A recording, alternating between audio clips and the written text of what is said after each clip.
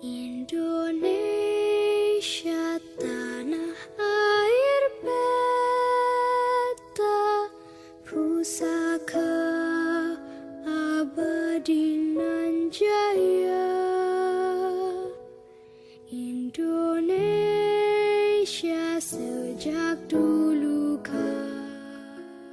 Assalamualaikum warahmatullahi wabarakatuh. Pada video kali ini kita akan mewawancarai narasumber Ibu Dewiwati SPDSD selaku Ibu Lurah Desa Kalipancur Bojong Pekalongan terkait dengan pemaknaan wawasan kebangsaan dan upaya-upaya bela negara yang dapat dilakukan di tengah maraknya beragam isu-isu strategis kontemporer yang dapat menimbulkan AGHT. Nah, pada kali ini isu yang kita angkat yaitu tentang COVID-19. Nah, Ibu, ya, selamat pagi. Selamat pagi juga.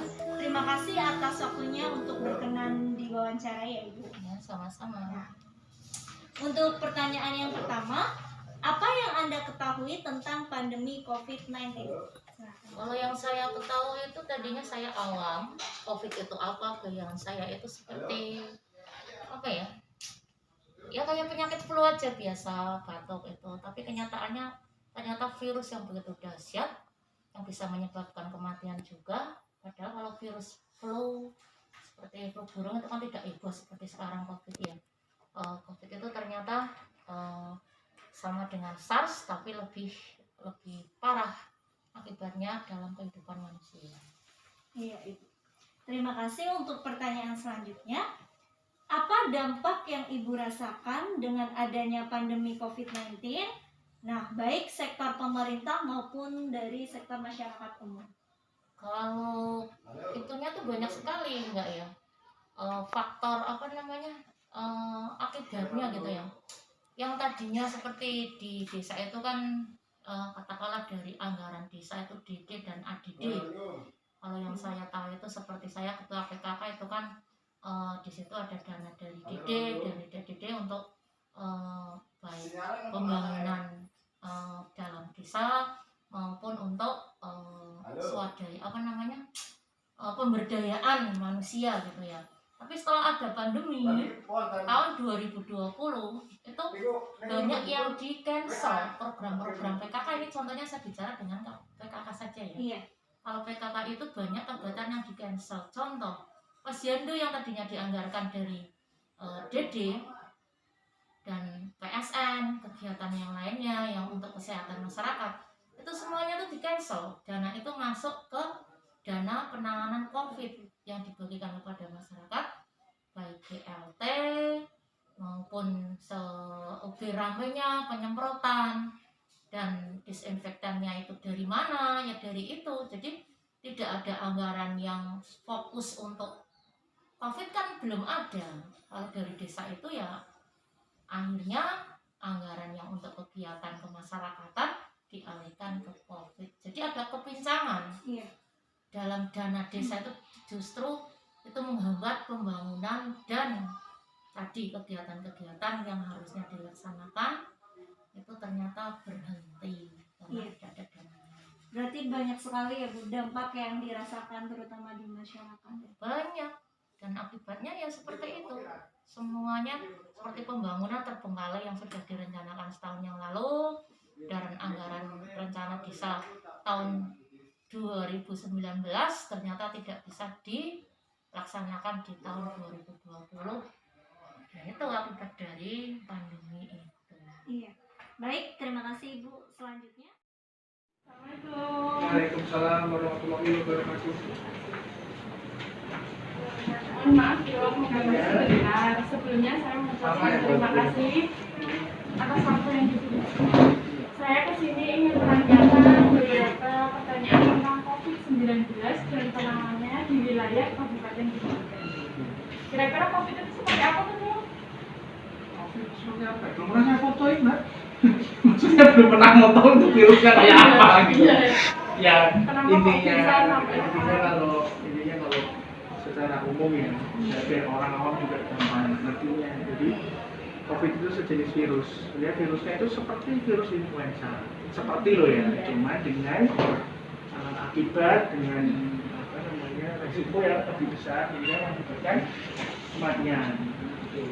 Walaupun yang mati biasanya yang sampai mengakibatkan mortalitas itu yang punya riwayat komorbid atau riwayat penyakit sebelumnya. Tapi jangan sampai disepelekan. Walaupun sama, mirip, saya bilang mirip kalau influenza itu maksudnya secara penularan. Jadi secara penularan bisa airborne, jadi melalui pernapasan kan mudah sekali itu. Cuma dengan resiko yang lebih besar daripada influenza. Jadi memang sangat virusnya ada, perlu diwaspadai, cuman ya nggak perlu juga terlalu ketakutan. Jadi kalau kewaspadaan penting, tapi jangan sampai kita itu over fear, jadi jangan sampai fear-nya, namanya ketakutannya itu. Jadi menurut saya ya itulah secara garis besar COVID itu adalah virus seperti influenza, seperti dulu juga ada SARS, ada yang lainnya, cuman memang virus yang sekarang ini berdampak lebih besar daripada virus yang ada sebelumnya. Gitu. Terus karena ini kan virusnya lama ya dok, sudah 1 tahun lebih hampir 2 tahun. Saya udah lupa malah kalau COVID kalau karena ini pandeminya lama, kira-kira dari tenaga kesehatannya upayanya itu seperti apa dok? Ya itu, kalau karena lama ya memang sangat perlu dukungan dari pemerintah tentunya kan, selain dari diri kita sendiri sebagai tenaga kesehatan sangat diperlukan adanya general practitioner namanya, atau kalau secara umum biasanya kita sebutnya protokol kesehatan yang untuk menjaga kesehatan kita sendiri. Jadi ya otomatis pencegahan garda terdepannya itu sebenarnya bukan dokter dan tenaga kesehatan kalau menurut saya, jadi utamanya ya masyarakat itu sendiri, karena kan yang menularkan kan masyarakat dan orang dan orang. Kalau kita ngandelin tenaga kesehatan terus ya nggak repot, ya kan?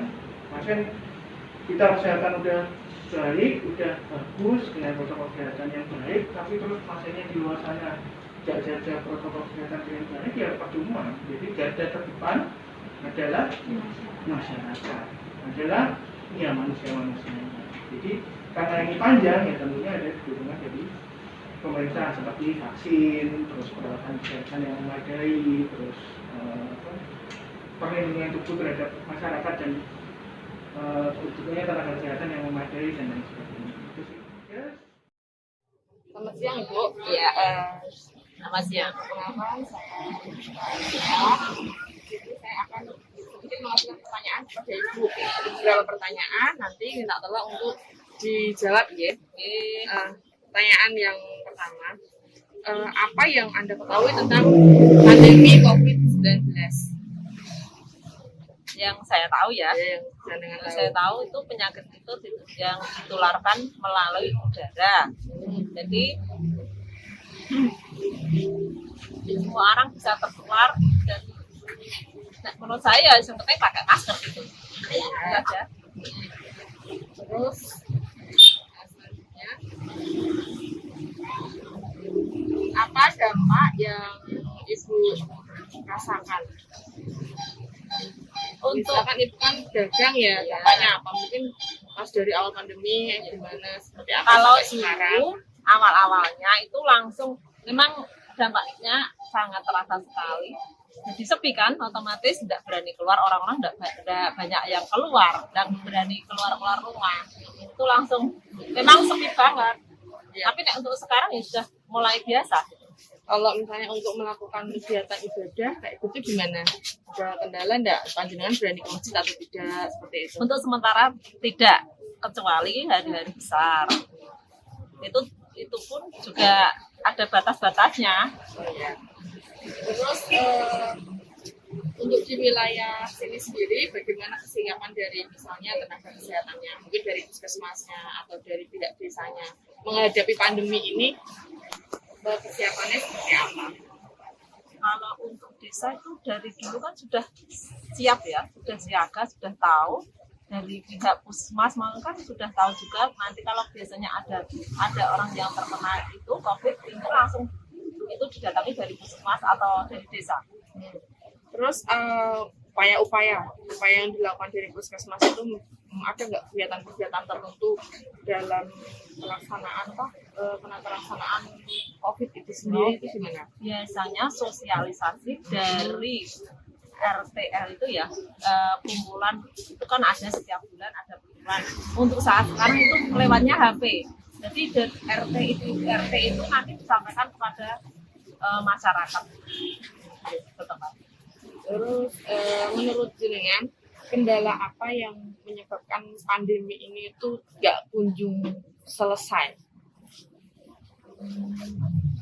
Dari jenengan sendiri melihat sekitarnya jenengan, kenapa kok pandemi ini bisa nggak selesai itu salah satunya kenapa? Nah, selama masyarakat itu tidak mau sadar diri, nggak mau pakai masker, kalau keluar itu, kalau ada kumpul-kumpul bareng itu, saya rasa selamanya ya masih seperti ini.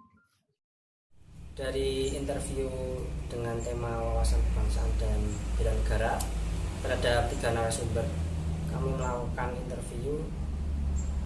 Tema yang kami ambil adalah COVID-19. 3 narasumber, yaitu yang pertama adalah seorang dokter spesialis kulit di RSUD Dr. Sujati Purwodadi, yang kedua seorang kepala desa, sedangkan yang ketiga adalah masyarakat awam. Dari wawancara yang dilakukan, yang pertama mengenai pengertian mereka tentang COVID-19, rata-rata sudah memiliki pengertian baik, terutama dari medis ya, karena itu seorang dokter. Namun untuk kepala desa dan lurah dan masyarakat awam juga sudah memiliki pemahaman yang baik. Ini berarti sosialisasi dari pemerintah sudah mencukupi. Sedangkan dampak yang ditimbulkan oleh COVID-19 terhadap masyarakat Indonesia ada 3 sudut pandang yang berbeda. Sebagai seorang dokter lebih mengutamakan keselamatan pasien, yaitu nyawanya. Sedangkan dari kepala desa dia lebih menegaskan terhadap tergabungnya program pemerintah karena alokasi dana yang berubah yang tadinya secara umum ke seluruh masyarakat menjadi lebih konsentrasi kepada penanganan COVID.